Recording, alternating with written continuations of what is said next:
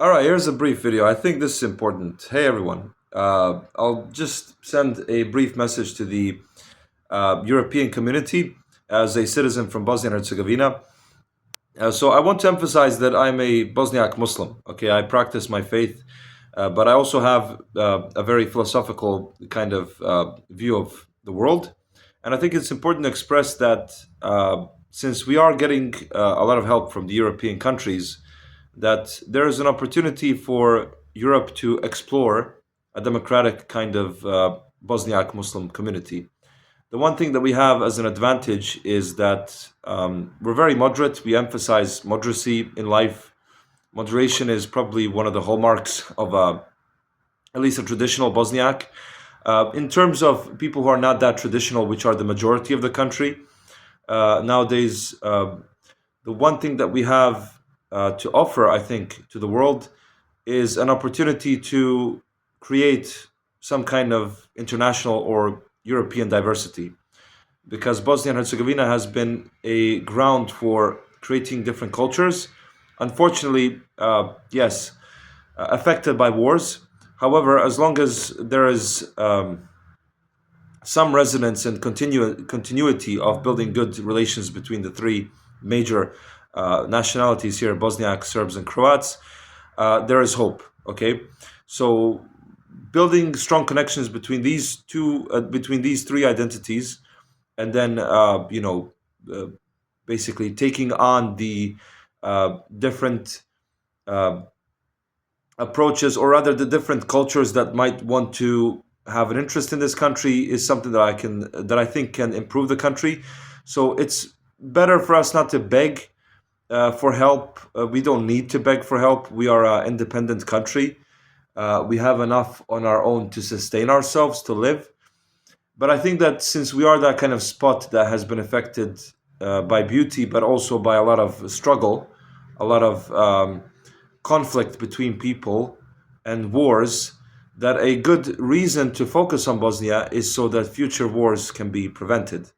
And if Bosnia and Herzegovina can be developed as a country of Bosniaks, Serbs, and Croats, where people from states such as Germany, France, Britain, Ireland, Finland, Sweden, Russia as well, Turkey, all of these countries that have an interest in it can maybe start interacting. Bosnia can become a good ground for that. However, we don't want to make the same mistake like in the 19th century, where people sent their ambassadors and then everyone had a huge interest for the country. There's definitely no need for that, because even though it does seem touristic, appealing as a tourist spot, it is not a country where you want to essentially emphasize some kind of imperial glory, right? I think that the best way and solution for people to understand Bosnia as citizens of Europe is that it's a country which can take on any color. It can take on any uh, identity, or any, well, not identity, but, well, yeah, sure, identity. It can take on any identity pretty much. But as long as the core identity is allowed, the Bosnian identity, and as long as people do not uh, basically expect too much, because a lot of the rigor that we see in civilization building all over the place is rejected by Bosnians most of the time, which is a virtue, because at least you get a country where you can have some rest from this whole overly exhaustive building of a civilization that can maybe go to extremes. We need those kind of countries in the world, so that the world can have some kind of general viewpoint, so that there's less wars, right? Politically speaking. But it's also good to have smaller countries where people can kind of escape that environment where they have to deal with the idea of the big brother, and control, and repression, and ideologies and things like that. Bosnia is a good spot. I think it should develop its own ideology more strongly, that we have a strong Bosniak identity, that we do tell the world that we have something that we are, right? Something consistent. There's fertile soil for working on that. But I think that the outcome should never be that we become, uh, that we lose our humbleness. Humbleness is a capital virtue in Bosnia, but dignity is also a virtue that we need to develop.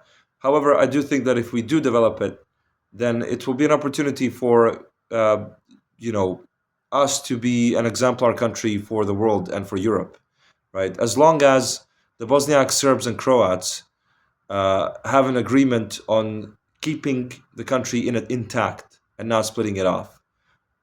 Realistically, a lot of Serbs want to split off, and a lot of Croats have been thinking about a third entity, which can lead to a split.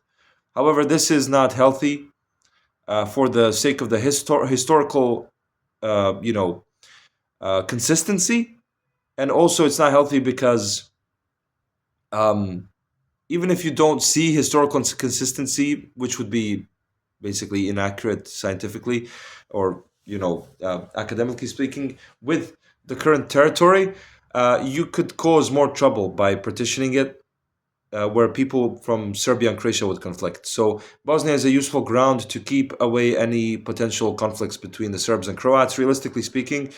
And it's also a ground for the Bosniak community to be a community that is kind of in between these two forces that are more,